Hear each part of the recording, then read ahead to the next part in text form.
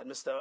Asamoah, he's led over $4 billion in transactions across Africa in his 25 years of working at some of the foremost financial institutions, including the AFDB, the Africa Finance Corporation, our own DBSA, and also the IFC as well as the World Bank. In his current role, he oversees origination, structuring, and investment into infrastructure projects across Ghana. Very big job. Thank you very much for joining us, Mr. Asamoah. Thank you very much. And for those who don't know who the Ghana Infrastructure Investment Fund, essentially we are a government-owned investment vehicle with a mandate to invest and develop infrastructure assets within Ghana. We were set up by the government. They gave us initial capital of around $325 million and said, finance and invest in infrastructure. Now, $325 million is a substantial sum for a country like Ghana. We are very grateful for the funds that the government gave us. But given the scale of the problems and the deficits, it's relatively small. So the only way we could have an impact is if we leverage the private sector and we bring co-financiers and co-investors alongside with us.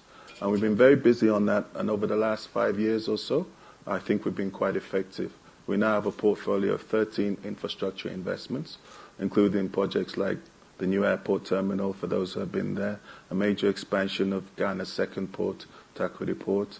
We've done hospitality projects. We have done mining projects. We're doing the first major toll road project in Ghana, hoping to cut sort in the next couple of months. So for every $1 that we've invested in each of these projects, we've managed to bring $10 of other people's money to finance and invest alongside us. So we know how to attract private sector financing and private sector investment. The other thing that we're really proud of is that every single investment that we have done has been with a Ghanaian sponsor. So it also raised the level of participation of Ghanaian entrepreneurs in infrastructure development in Ghana. So what are some of the lessons that we've learned? Lessons that we've learned: if you want to attract the private sector needs to see certain things.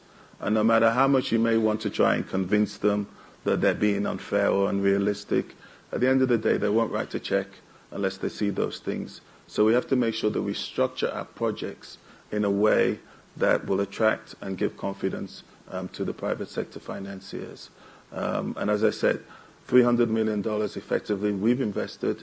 When all of our projects are completed, that would have brought in $3 billion of investment into Ghana. So there is appetite. There is a desire to invest in Ghana. We have to make sure that the macroeconomic environment and our specific projects are structured well. But I think Ghana is a place that many investors would like to invest in. And for all of our investments so far, despite the problems that we've had in the last 3 years or so, our portfolio is looking very robust and very healthy at the moment. And that goes to how it's been structured and how we make sure that the cash flows that are generated can be captured to be able to repay financiers and investors in our country. All right, yeah. The big oil tanker.